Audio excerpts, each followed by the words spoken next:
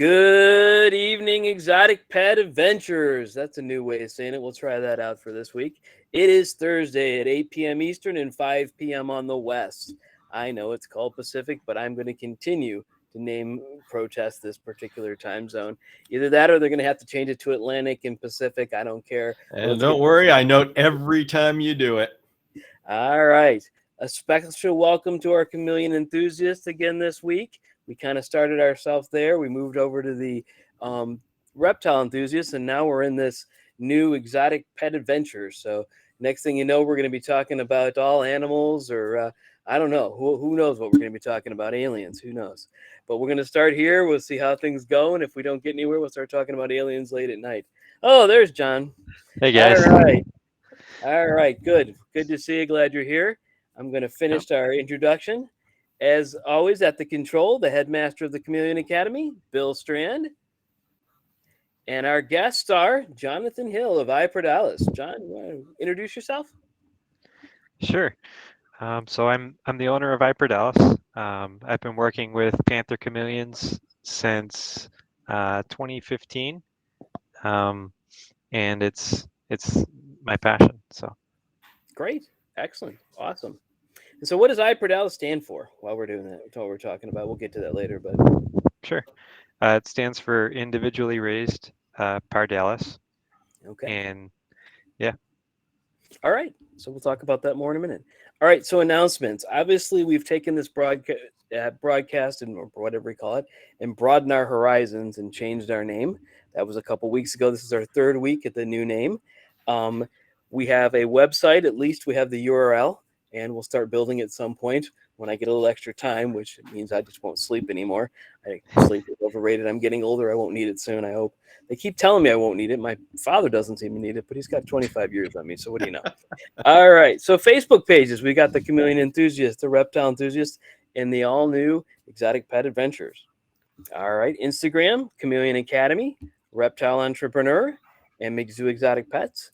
And John, you got iProdalis. What else you got out there on the social media?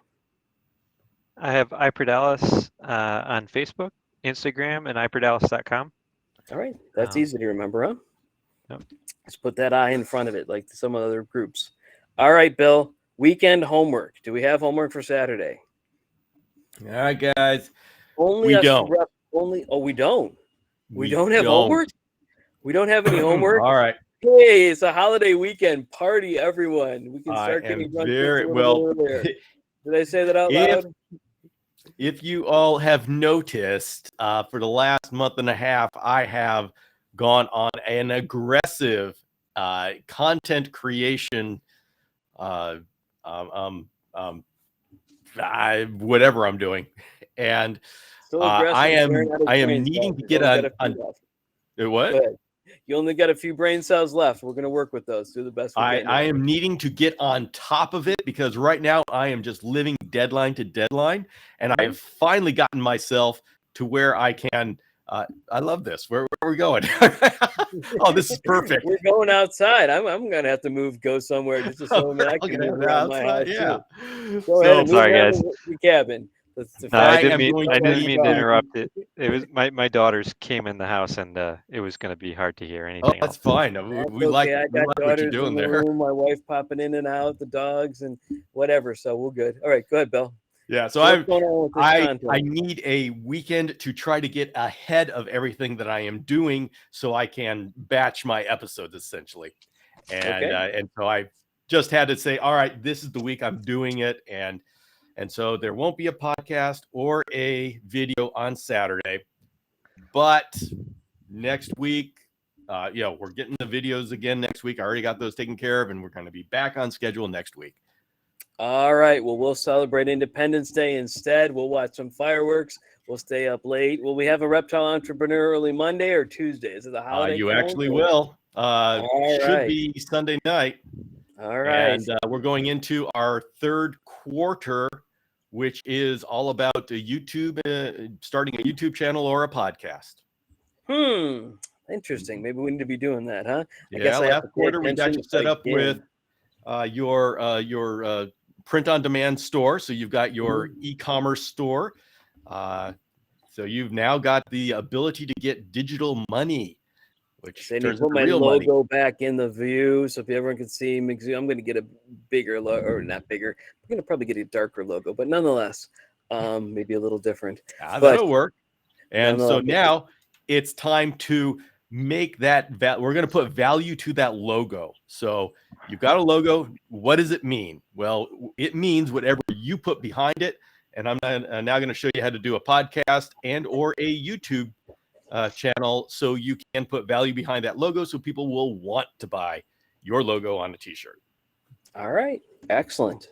So one last reminder, the America Competes Act, modifying the Lacey Act, which is changing the ability to move reptiles from place to place, actually animals of any type from place to place, exotic animals. I guess they're not talking about cats and dogs, but it might mean that you can't take your chameleon from Jersey all the way to New York to get it taken care of, even if it's just across the line, and you get fined $20,000. So just one last idea, just the U.S. ARC is a team of people that help us try to protect our rights.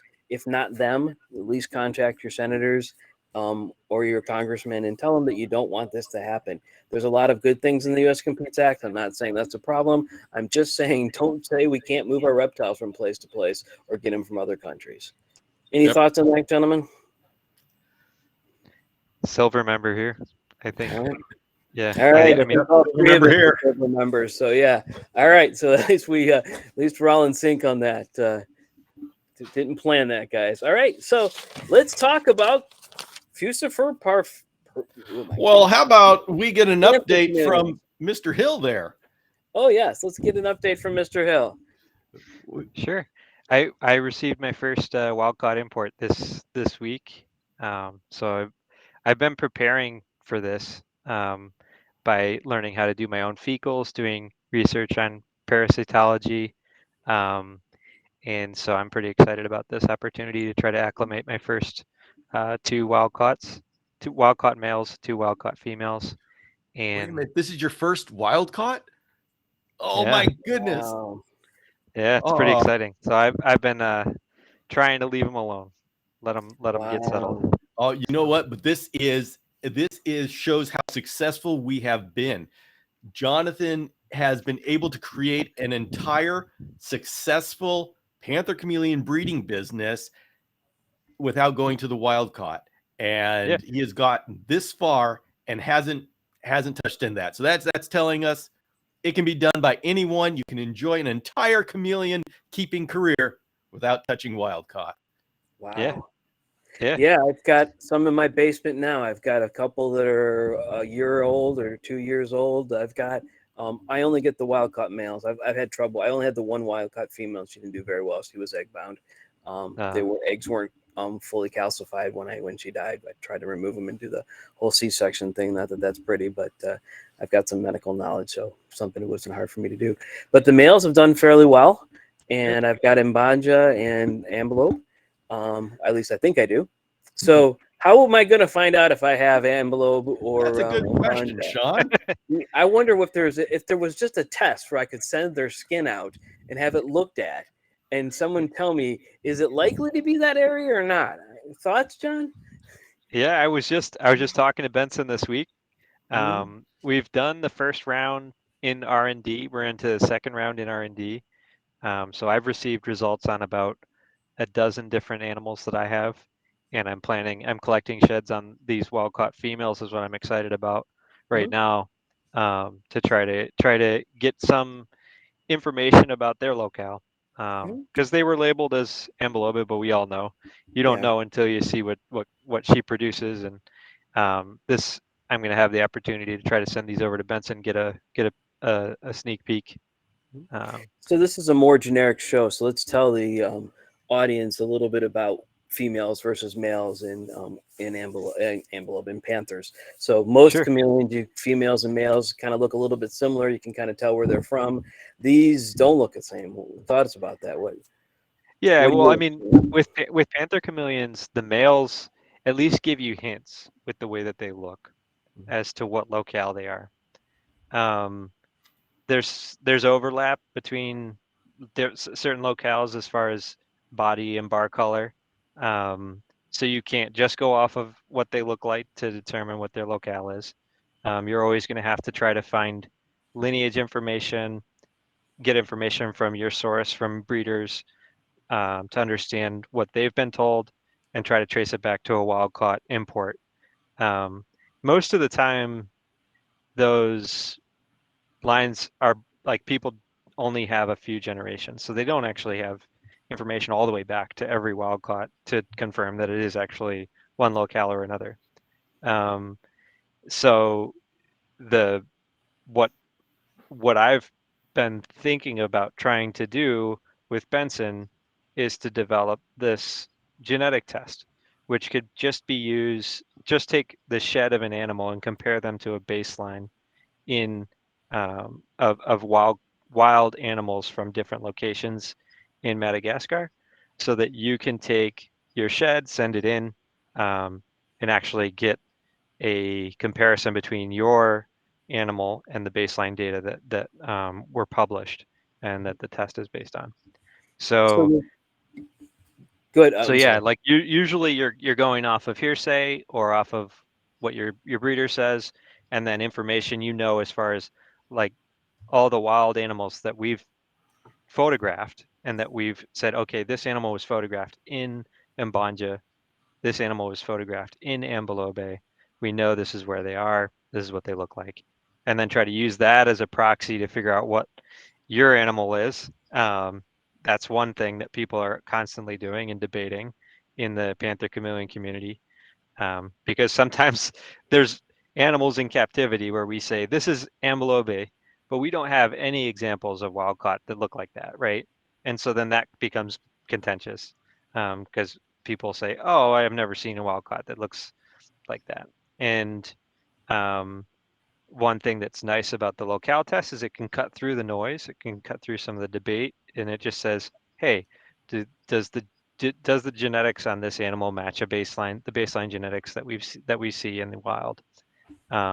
And helps add one more piece of information to hearsay what they look like. And now we have a genetic piece of information. So if you can get all those to line up, you have a decent argument on locale. But and I think in the end, for me, it's not as important as getting the look that I want.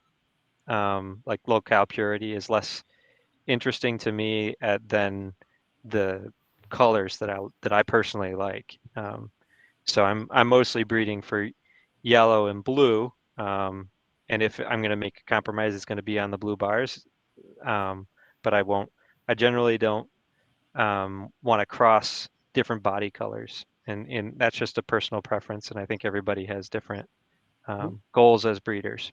But I think one of the neat things about the Panthers is they're rainbow. I mean, you can pretty much get almost any color you want. And in any kind of pattern. It's not just like they're all the same pattern, all the same shape.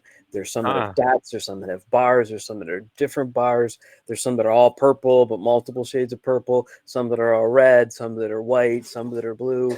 It's all green, which is kind of the baseline reptile color, but they're amazing. Like you look at a crazy chameleon we talked about last week, they're kind of green, a little bit greener, a little bit yellow, a little bit not yellow, but that's it.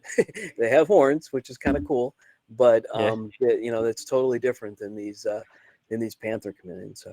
So talking about that study, the awesome thing is the study tells us that the different locales have different genetics, so that they're differentiable. So you can say there is something going on there. It's not just something we made up, based on, they bred together, they stayed together, they kind of kept the genetics in each area.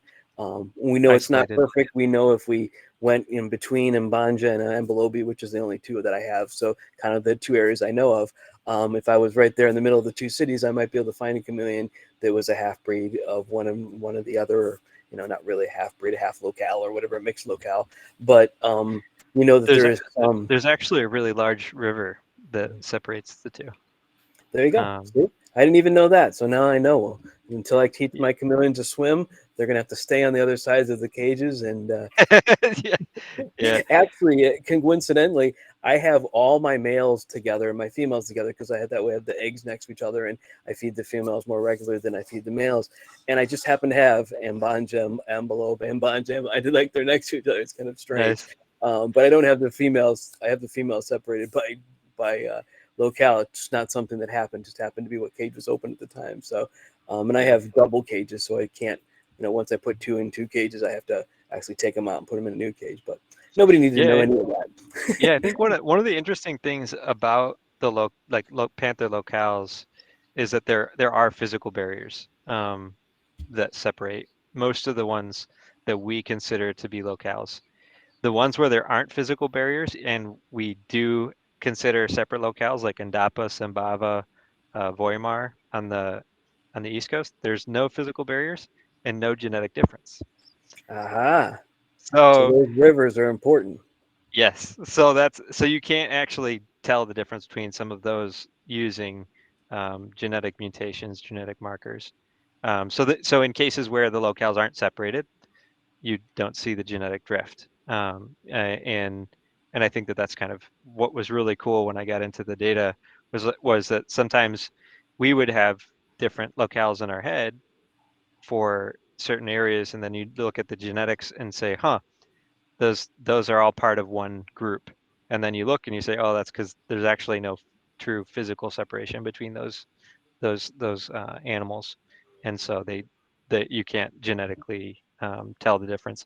And there still may be a phenotypic drift from one place to another that we can see, but that we're not picking up in these genetic mutations, which take a lot longer to occur. So like the genetic mutations that are used for the basis of the test they take between 500 and 1,000 generations to occur, and that's a really long time for two populations to be separated. But we could still see trends in color, like slight differences between, say, Simbava and Dapa. But the thing that's kind of cool about this is it's looking at mutations that take a really long time. And so there's one really interesting thing that I want to learn about is there's rumors of certain people, I won't name them, but moving animals around, breeding them in different locations and messing up locales, right? Most of that rumor has been over the past decade. And the test data are based on samples that were collected in 2011. So even if things got messed up in 2014, 15, 16, the test would be based on original locale. And even if a messed up animal came from one location, everybody was entirely above board, importers and collectors and everybody. You could still detect that animal had markers from somewhere else, which is kind of cool. Yeah, that's really neat that Yep. we're able to, go back in time far enough that we get good data and then we can work forward and make decisions. It's not like we're going to probably ever send them back to the wild because Madagascar, which we haven't really even mentioned, is where these panthers are from. I don't think there's panthers anywhere but Madagascar. But the Furcifer pardalis is Florida. Yeah, Florida. Well, not native to, but you know what? I'm still trying to figure out what native to means because at some point everything was supposedly in one location that moved out throughout the world. So when did we decide that the date was, when was it 0 that things became native? I don't know. I'm not going to get into that today because we probably don't have time for that conversation. But Florida part, because it's an area that's a similar background. So what's the environment like over there in Madagascar? Diverse. There's lowlands, there's highlands, there's semi-arid environments, there's tropical rainforest. And panthers are a species that are really interesting in that they inhabit a lot of different environments. Some of them are in the lowland areas near the coast. Some are up in higher elevations. Even the same locale will have lowlands and highlands distributions, like Ambelobe, for example. Like there's towards Sirame, I think is how you say it, but they're lower elevation, and in the east, actually, to the east of Ambelobe is more mountainous and higher elevation, and those are all considered in the pet trade one locale, Ambelobe. So yeah, the Ambelobe have many different habitats. How do we know how to care for them, though? We just do our best guess, kind of get the average of those areas, or just kind of try and see. I mean, I guess you haven't even had the wild caught yet. I'm struggling with trying to keep them. Out of all the wild caughts I got, I kept about 70% of them. The wild caughts survived.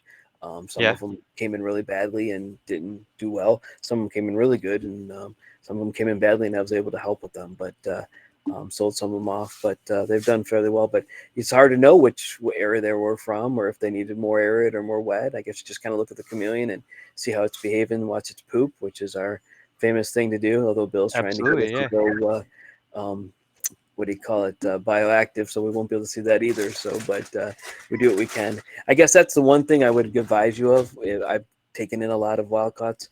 Just keep everything very minimalist. Don't put a lot in the cages when you're getting. I actually have them in a 2x2x2 square thing of PVC. I don't even have a front you can see. I have holes in it. I have areas, and I have a screen top, but you can't see them, and they can't see you when you're walking in through the room. And that way, give them months and to like relax and do well. And then at the end of the months, I move them into my regular rooms where they can be come in. And when I move them into my regular rooms, I take a duct tape the top of the paper towel to the top page, and I roll it down. And I do the same thing so that it can't even be seen. So it just kind of covers just to kind of protect them for a visual. And then I eventually take the other paper towel off and let them be seen. And they seem to adapt better. They seem to get more comfortable in their own environment once they're really having a good time. Cool. They do that. I don't know if it'll work for you. I'm sure everyone else. It seems to work for me so far. So. Yeah, my main thing right now is keeping them isolated from all my other animals. So yeah, that's a big one. Because I have so many small insects moving around the chameleon room and other things that they really need to be quarantined out. So I've got them far out in the backyard, about 50 feet from anything else, and that's where I'm going to try to get them acclimated. And the reason is because I did have issues with parasites starting in early 2020, and I've had to deal with it. So I know what happens when a parasite gets in that room. I don't want that to happen again. Yeah. So I had totally separate rooms with totally different heat and cooling and inability to kind of get from spot to spot because it's kind of like an outside area. So, but that's awesome being able to be outside in a different locale. Smart. Yeah. There's a question about how hot it gets here in Maryland. It gets hot. It would say mid 90s in July, August. So the hottest part of the year. It gets way too hot. And too dry. It doesn't rain enough. And so the key for me in trying to keep them outside from say like early spring to fall is lots of shade, lots of plants, and daytime misting, lots of daytime misting, which is a controversial thing apparently. But the idea with daytime misting when it's way too hot is you're helping them cool down because they're going to overheat. And so it's not necessarily a hydration thing, it's just temperature control. So that's at least for me what I've been doing when I have my guys outside when it's too hot. I think the controversy with daytime misting is more to do with indoors versus outdoors.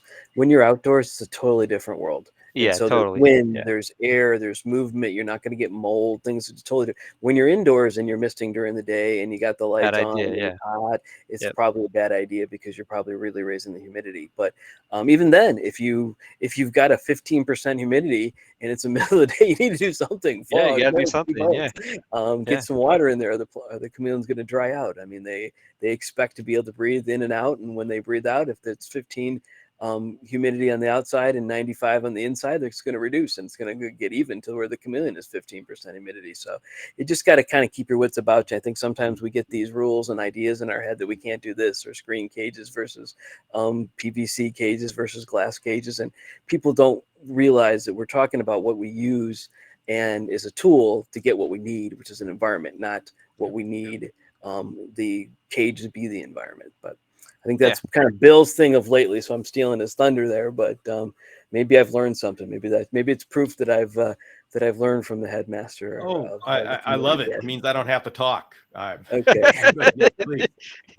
He's got a big weekend of deadlines ahead of him, so he needs to get some rest here this hour. So we're trying to keep from bothering him too much today. All right. So lifespan. How long does a panther live? That's a good question. I wish I knew an accurate answer to that question.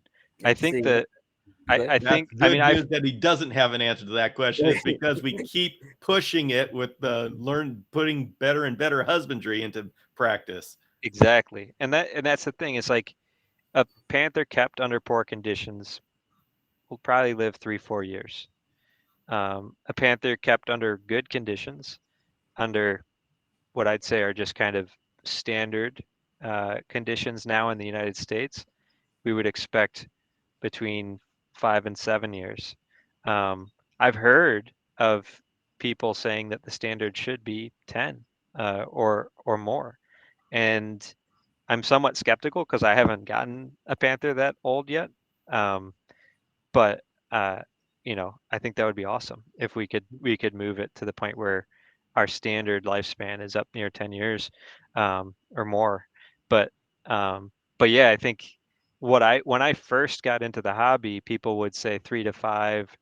Now people are saying more 5 to 7. And I think I hope soon we're going to start to say 7 to 10 or more. I think that's the cool thing about what we're doing is we continue to improve and we continue to give them a better chance to live longer. So I'm going to show my age now, but this is the how many licks does it get to the center of a Tootsie Roll Pop, right?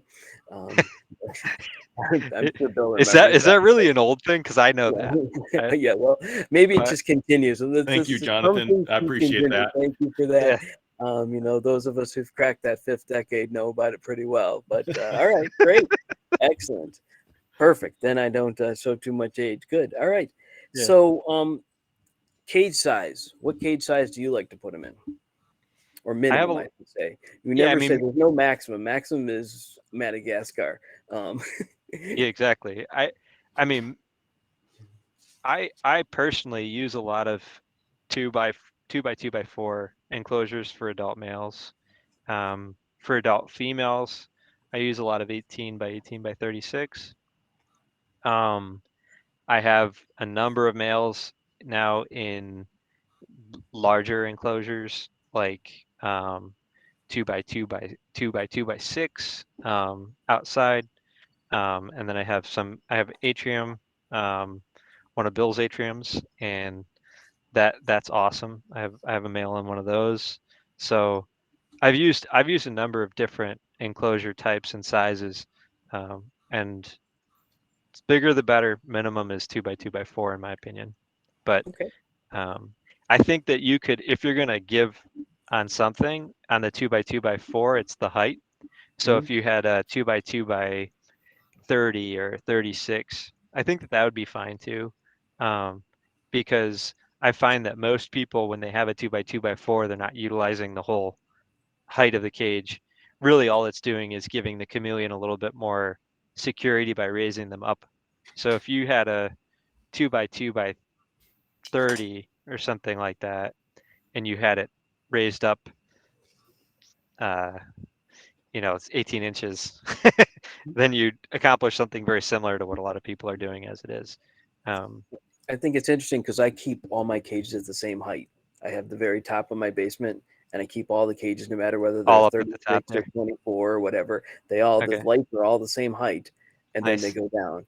And then I keep other things below them. Like I've got tortoises below some of mine, and I've got a barrier to keep them apart. But yeah, I've got some terrestrial species along the ground you as get well. like on the bottom because you figure that. But I figure I've got this top, and they like to be up, and then I want that they need to be looking on you as opposed to you looking down on them. And I know a lot of people double up and triple up and quadruple up, and I double up on the baby stuff.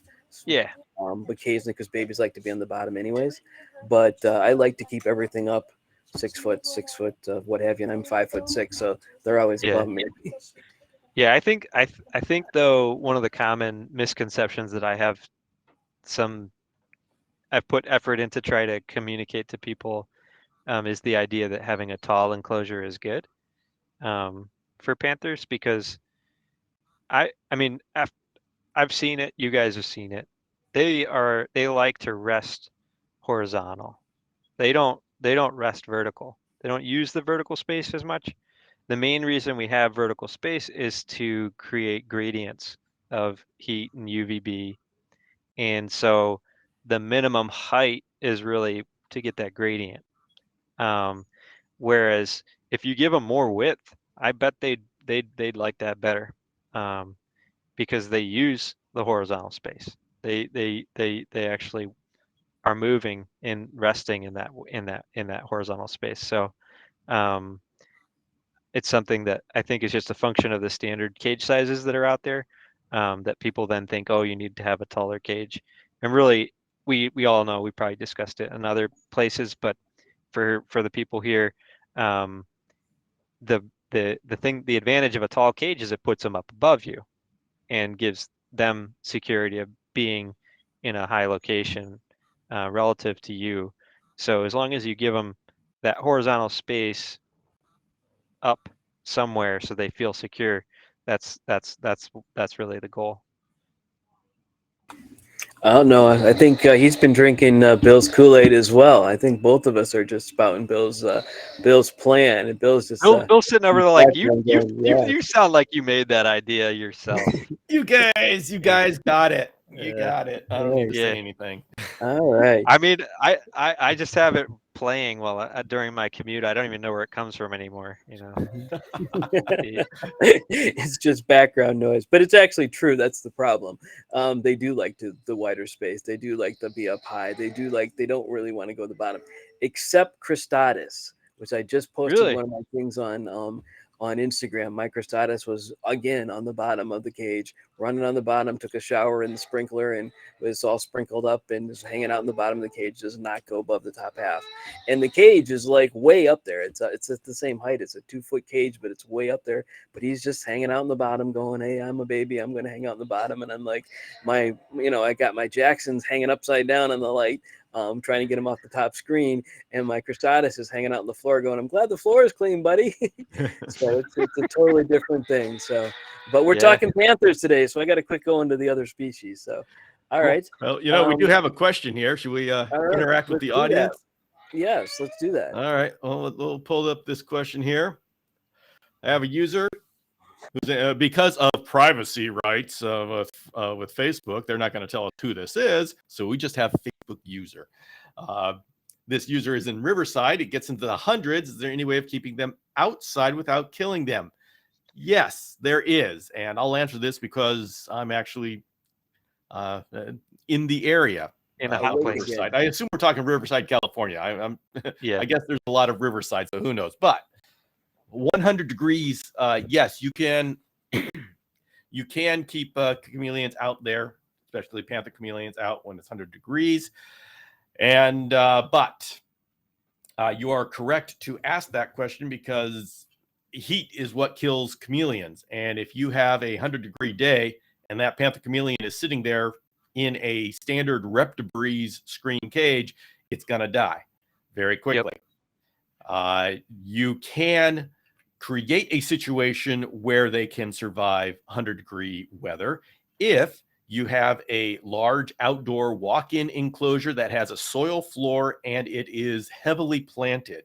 What you are doing is you're creating the floor of the cage, which is a soil floor, that is the earth, the huge heat sink of the earth, And as long as it's heavily planted and it's shaded so the sun isn't hitting the soil, and you have enough space in there, I would say 4 foot by 4 foot footprint with a 6-7 foot high cage. And if that has trees and plants all over to the point where the ground is shaded, and you've got a misting system there, you are creating a gradient where the chameleon can go down close to the ground, heavily shaded with the misting, where it'll actually be cool. Yep. And so they will not survive 100-degree being in 100-degree weather. They will survive in 100-degree weather if you provide a cage that is designed strategically so they find areas that are not 100 degrees. So there's a subtle difference there, but you don't want, when we're talking about reptibreeze, don't have a chameleon out there in a reptibreeze in 100-degree weather. Yeah, and not the kind of setup you would have in an indoor enclosure, because with an indoor enclosure, there's not anywhere near as much foliage as you need. There's not anywhere near as much shade because you're actually trying to let the light come in from the top. In an outdoor enclosure, the goal is to prevent the light from coming in from the top. It's the exact opposite. Defend against the light. Yeah, it's a lot of thinking like, how do I shade this thing for as the sun moves throughout the day? Because at every period in the day, you want to make sure there's no angle where the sun is just going to be baking them. And so you want to think about the enclosure in the morning, in the afternoon, in the evening, and then continue to keep trying to essentially block out the sun. Yep. And so on some of my outdoor enclosures, I have like bamboo drapes on one side. I'll put wood on the other side with it, like I'd say 80% covered, and a little bit of light can come through the wood in the morning, but then 100% covered on the sun side in the afternoon, and then partially covered in the front with vines and other things for the evening sun, because you don't ever really want to have them get direct sun, and that's the big difference. Yep. And when you have a real good outdoor cage, you look at it and you can see what I call the forest edge, where you have this distinctive edge of foliage. You have an open area above the foliage, but then you can't see into that foliage. And when I have chameleons outdoors in these kind of cages, I don't see my chameleons unless they come out in the morning to bask, and then they'll come out in the evening to eat. But other than that, I do not see my chameleons. And if we talk about something like Cristatus or a quadricornis, I never see my chameleons. So I just have to trust that they're in there. So I just keep feeding and assuming that they're in there. Yeah, and you guys are lucky out in California though, because our trees lose their leaves. Oh yeah. in the fall, and then in the spring they slowly come back, right? And so I've been starting to experiment with, like, this last year I did peas and beans and some other things that grow quickly, and get that shade up. But peas only last for so long. It's when the heat comes in that knocks them off, and the peas are gone. Peas are almost gone now. And then I've got beans right behind them, so the beans are coming in to replace them, and the beans will last through the heat of the summer. And so you got to kind of think about how are you going to get stuff that grows quickly enough to be able to utilize the outdoor enclosure. And then how do you cycle it? Because usually the stuff that grows early doesn't last through the summer, and things like that. So would nasturtium work for you? Maybe. I'm not sure. What is it? Nasturtium, I guess miners lepidus, or I don't know what nasturtium's the official name. And it's a fast growing plant. It does have a vining variety. That's the one with the bright orange flowers, and you can pick the leaves or the flowers and put them in your salad. But cool. They grow from seed, and then they grow quickly, and you can get a pretty good thick foliage going. Yeah, it's not going to take the place of a bush, but it is a fast growing plant. Anyway. Okay. Cool. I'll have to look into that. No, I'm most of my gardening is vegetables, as you can hear from what I'm saying, like peas and beans, right? But that you've got a really strange weather thing going on where, like, during your winters, it actually gets cold and you get a bunch of white stuff around. Yeah. I mean, that's crazy stuff. What are you guys doing over there? Yes, we got to bring things inside. I know. The chameleons, we have to dig holes for them and move the snow so they can get around and get their food. Yeah, it's challenging. Whenever we have like frost on the roof, the whole family gets out and we take pictures of it. We do only if it's August. We've had snow in May and June, so I know. I think May. I guess my wife is telling me May is the latest it's been, but still, we've had snow that late. So, but we'll be 95 tomorrow, so it's just crazy. So, English ivy works for me. I don't know. I don't use a lot of it, but it seems to grow all over my house. So it grows a ton. It doesn't die off, and it grows actually through actually it's in the basement because it's growing through. My wife just reminded me it's growing through the basement windows, so it's growing right into cages on its own. Cool. It's kind of amazing, but neat way to be. So who's joined us, John? My daughter, Harper. Oh. Hi, Harper. We don't see you very well. You're in the words. She's in the corner. She's waving. There you go. Hi, welcome. Good to see you. All right, you're a star now. Yeah. She's famous, not too famous. We're not that popular yet, but we're working on it. But we'll see. All right, so let's go back to these Panthers. Anything, they're like one of the most popular of chameleons. There's the Panthers, the Jacksons, and the Veileds are the three that most people think of. What draws you to the Panthers? I mean, what first drew me was the diversity in the locales, all the different colors. Harper, not right now. So the diversity in the locales, the color, and I was looking for a good beginner, to be honest, because I didn't want to fail. So the fact that there's a lot of people out there working with them, we know them very well. So there's great information when it comes to husbandry.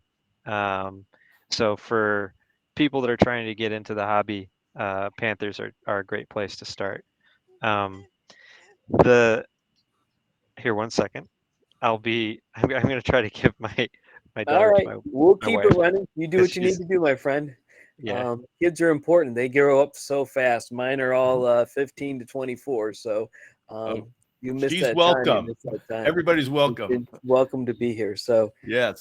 Bill, what draws you to Panthers? What made you decide? I know that you decided about the same time I decided that we should get into Panthers because Jacksons were awesome, but Panthers are another type. My favorite thing about Panthers is the diversity in locale, and whenever I'm bored, I can go online and I can accuse somebody of having a different locale or a cross locale, and there's like a whole evening's worth of drama that I can enjoy.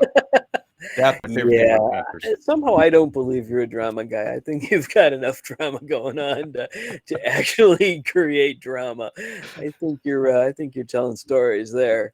I think maybe it's just the beautiful colors and the fact that now that I have them, you have to have them as well. That's so right. Okay, you got them first, but still, that was just a matter of happenstance. Luck. Just like you got the Jacksons 5 or 10 years before me, but that's okay. I had them before that, a long time ago.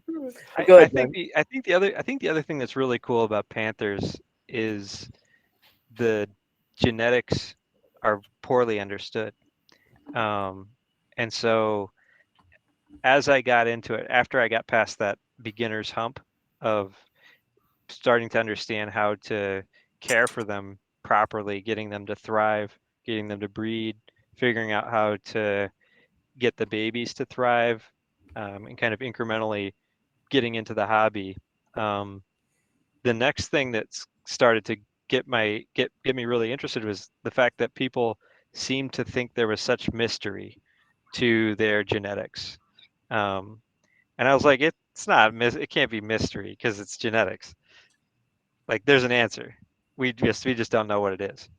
And so the that's been where I've been focusing, I guess, in the next phase of the hobby for me, is things like locale, things like phenotype and color, and it's part of why I keep really good lineage records, is because I want to understand where the traits come from. I want to understand where certain outcomes come from. In other species, because there's not as much variation, um, it's it's less interesting to me. But with panthers, because there's so much variation, actually getting it under control and having some kind of consistent outcome is a really interesting challenge to work on from a species standpoint. Like with ball pythons, there's a lot of codominant traits, a lot of dominant traits, a lot of recessive traits, clearly understood. I mean, you just have a very, very basic Punnett square, clear probability. It's interesting, but it's less interesting to me than the genetics of panther chameleons, which are poorly understood. And there's an element of probability to every single pairing because you can't see what's in the female.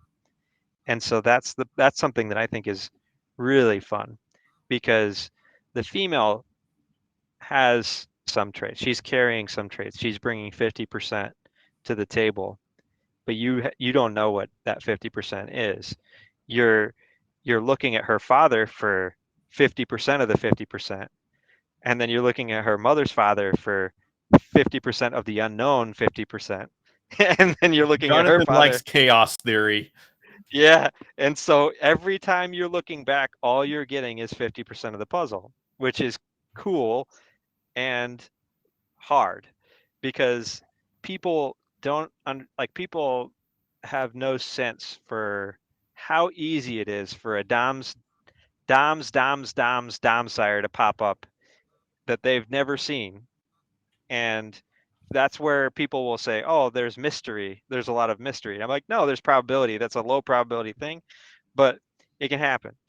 And the less information you have about your females, the more mystery there is. but but the more information you have about your females, the more confident you can be about what you're going to get, and can kind of continue to try to improve. Well, I want to ask, because of everything that you have said, what went into your decision to bring in wild-caught females that you just brought in a complete variable that's going to take who knows how long to figure out what you've got or how to incorporate it? Yeah, I mean, this was a long-term decision. What? Well, I mean, I have a captive hatch female that I've worked with, Bohana. I got her, what is it, 2020, probably 2020, 2019, 2020, somewhere in there. And I've have a number of clutches with her now, with 2 different sires, and getting infertile clutches in between. And so then I get a certain sense for what she has.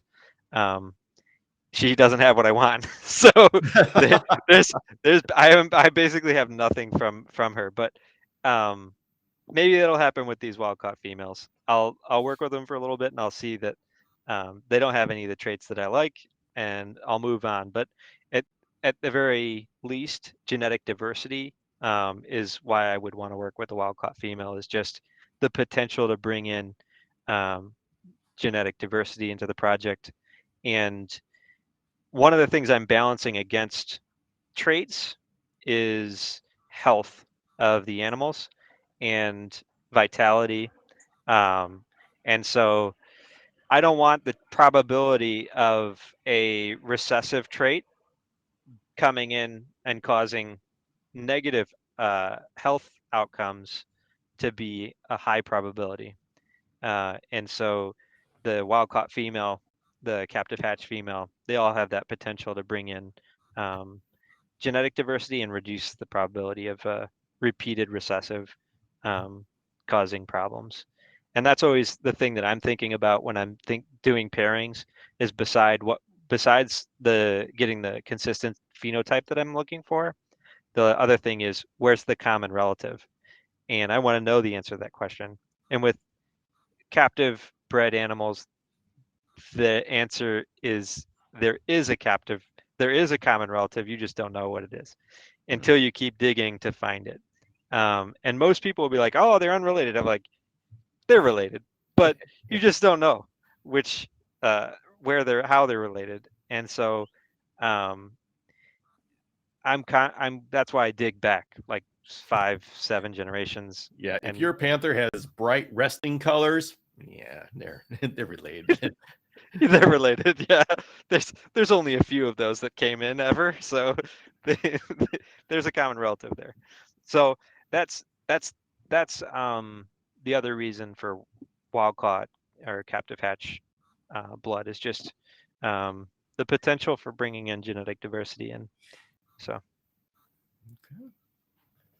But it's also just fun. Like I don't know. They're bringing in something slightly different, just to unlock the mystery. Yeah. Yep. But just so everybody knows, when you bring in a wild caught female to unlock the mystery, you're talking about what, at least a year and a half, 2 years. Oh yeah. No, I mean, that's why I'm gonna send their sheds into Benson first. I'm not breeding them right now. Obviously, I'm getting them settled, hoping to get a clutch of eggs from them. Oh yeah, just let them lay and get those eggs and see what those eggs prove out to be.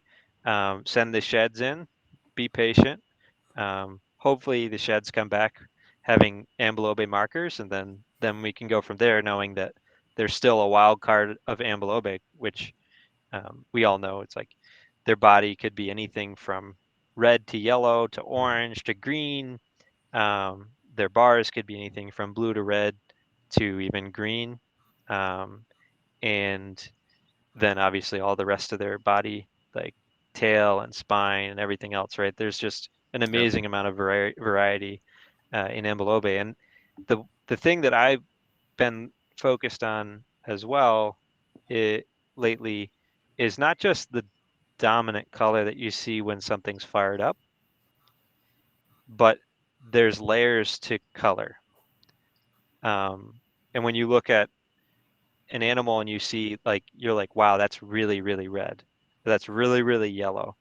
The reason that you have that response of it's really, really yellow or it's really, really red is when you look really closely, there's no other color in between the scales, on the top of the scales, all the way down to the bottom. Every layer is one color. But when you look at wild caught animals and you look at, I would say 97 to 99% of animals, they have a layer to their color. There might be a red base with a yellow top. There might be in ambulobe, there might be a red base with a green top that kind of gets yellow on the top of that. You can have 3-4 colors on the body, and then when you ask most people, what color is that? They'll say it's yellow because on top it's yellow. But you'll be like, yeah, but I can see the green, I can see the orange, I can see the red. And when you breed that animal, it's going to produce all of those. Like it's going to shoot out everything. And that's what I think is really interesting is trying to get that clean color from top to bottom, nothing else in there. And it's really hard to get that. I think that a lot of people have done that by having one animal that they see it in, and then they take that animal's daughter and they breed them because they're like, this is the only one I've ever seen that looks like this, and to get it again, I need to inbreed to reproduce it. And they don't see the negative outcome immediately because it's a probabilistic thing. It's like it's not 100% of the time you're going to see a negative outcome, but probabilistically at some point you're going to see it.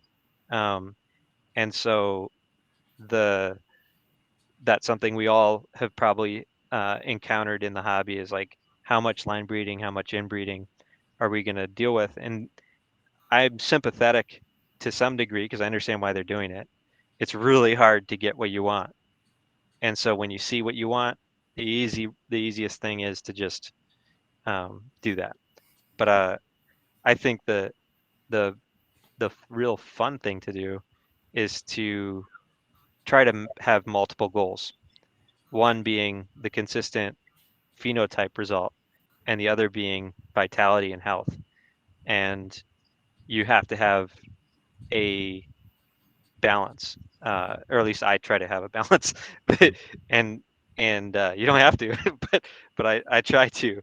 And the way that I've done that is by setting a minimum, or sorry, a maximum distance to common relatives. So like if I can find a common relative that's within 3 generations on either side, then I can do that. I'll say that's about as close as I'll get. If I want it to be on like 5, 7, maybe even unknown, that'd be perfect. But 6 is my is like, okay, that's where I draw the line. And if it's any closer, then I just won't do that pairing. You said 6 is where you draw the line? What? 6 meaning 3. So it could be 2 on one side, 4 on the other. Oh, okay. Or 3, I see what you're saying. 3 on both sides. You Mhm. could do one on one side and 5 on the other. I don't know if anybody's managed to get that many generations going to make that possible, but the combined 6. Okay, I see what you're saying. Yeah. I think the neat thing that I started, which is because I had the wild caughts, is I've got wild caught males, all of them, most of them. I guess I got the one from you that's not wild caught, but the females are all known. So I'm going to have these new generations of Ambelobes and Bondra, the only two that I've got so far. And I'm going to try to keep doing that way because that way I've got, I know what the males are, other than, what they look like and where I'm told they're from, and we'll get the skins in and figure out what's going on. But I'll have these new bloodlines. And same thing I did with Jacksons. I got mostly ones from Kenya and bred them. And so I knew they were new lines, and Bill sent some. And so, but his were from Kenya too. So they're separate lines and way far apart. So it's kind of neat to know that, but realizing that there's a lot of commonality in the Panthers out there because there's been a lot of the same people doing the same stuff for many years, and a lot of them look the same. So anything we could do extra will be kind of neat. So hopefully, I've got my first group of these coming in the Mbanja a few months now. So the eggs are cooking. So we'll see.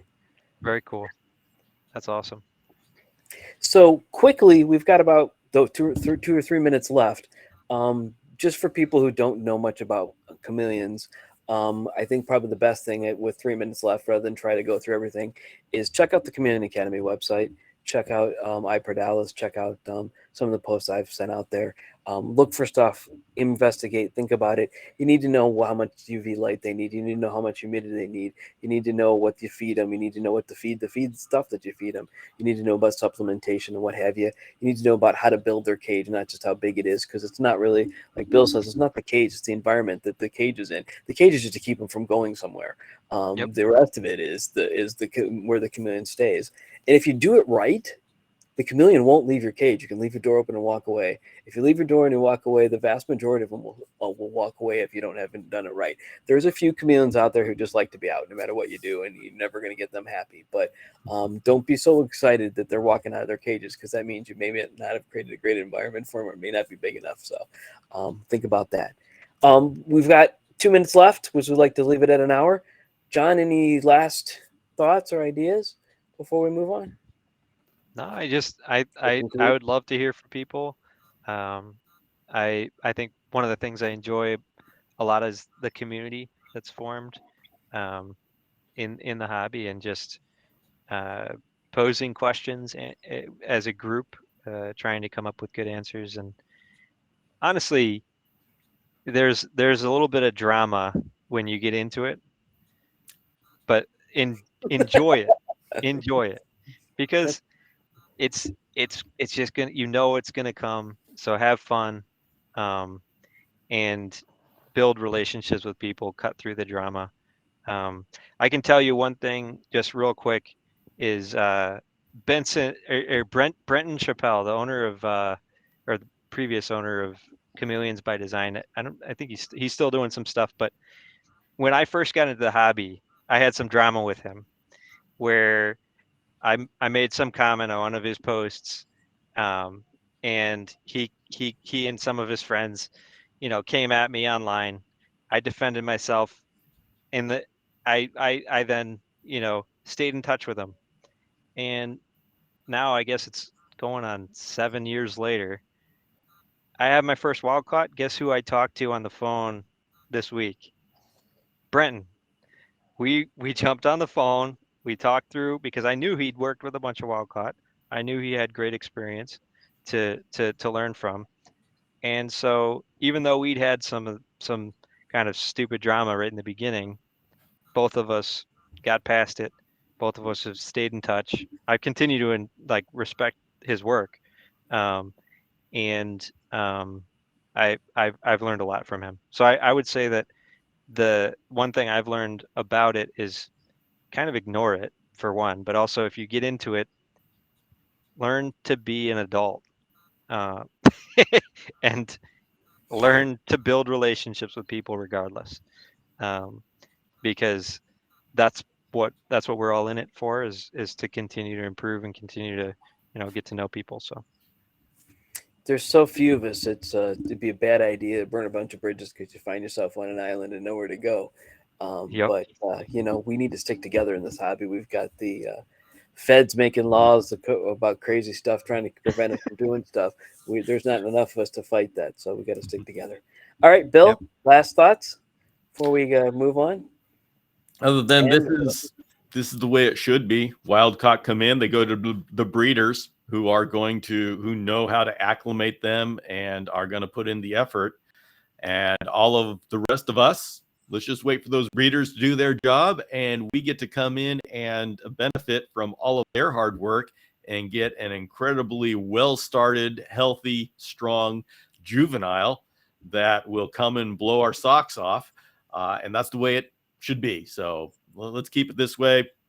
Don't touch wild caught unless you're a breeder, and it'll be so much more enjoyable if you get something that a breeder has bred. And Bill, when do you get to call yourself a breeder? When? Because I still have imposter syndrome. Well, okay, then I'm going to give you the official Chameleon Academy. Bill Strand, you get to call yourself a breeder when you have produced a generation from a generation you've produced. So okay. You have your first babies, however they came to you. You got two adults, whatever. When you raise up one of those babies, so a baby that you have raised up from hatching or birth, and then you mate that baby, and you get another generation of babies, then you can consider yourself a breeder, because you have truly experienced an entire generation. That's okay. Fair. Now I haven't published that anywhere, and I'm not telling everybody to hand in their breeder card. But no, I know. That's what I think we should do. You know what I was getting at, is everyone thinks they're a breeder. So yes, it doesn't count when you get a chameleon in that's already pregnant. It's a Jackson, and it drops it on the way to and you find the baby in the bag and you sell it to somebody. Is that what you're saying? Yeah. Yep. Yeah. Well, to people listening, the reason why that's an issue and why John brought it up is because people use that breeder title to denote upon themselves some sort of expertise. And you can get babies by having a female come in that's gravid, lay the eggs, die right there after patting the eggs down, and then you've got babies 4 months, 6 months, whatever later, and you call yourself a breeder. That's not really the experience. And so really it's up to you out there who are shopping, looking for a baby to bring into your home. Investigate. the breeder you're getting them from. Make sure that person has multi-generational experience with that species. Otherwise, I mean, you can buy a baby from a person who doesn't have experience. Just know that they're not going to be a good place to go for, and you have no idea what kind of care that baby has gotten. So it's up to us who are buying to research who the breeder is. And just because they call themselves breeder, just because they have baby chameleons, doesn't mean that they can help you, and doesn't mean that that baby is healthy. And we get this all the time in the Jackson's chameleon community, because importers or collectors, however they're getting them, get these live bearers into their facility, and the live bearer has babies, and now they're selling captive born babies, and it's got the title but none of the benefits. Wow, you got me off on a rant. Woke up Bill right at the end, so that'll give him he'll be wide awake and ready to go. Me. I'm going to get those podcasts for Monday, so or Sunday night. So good. All right. Well, thank you both, John. Thanks for joining us this week. Bill, as always, thank you for being at the command. I'm Sean McNeely, and we'll see you guys next week. Probably going to talk about iguanas. I said that last week, but I lied. Our team that really loves to talk about iguanas is going to be probably available next week. So we left things off for a week. All right. All right. Thanks, everyone. Have a great night. Bye, Jonathan.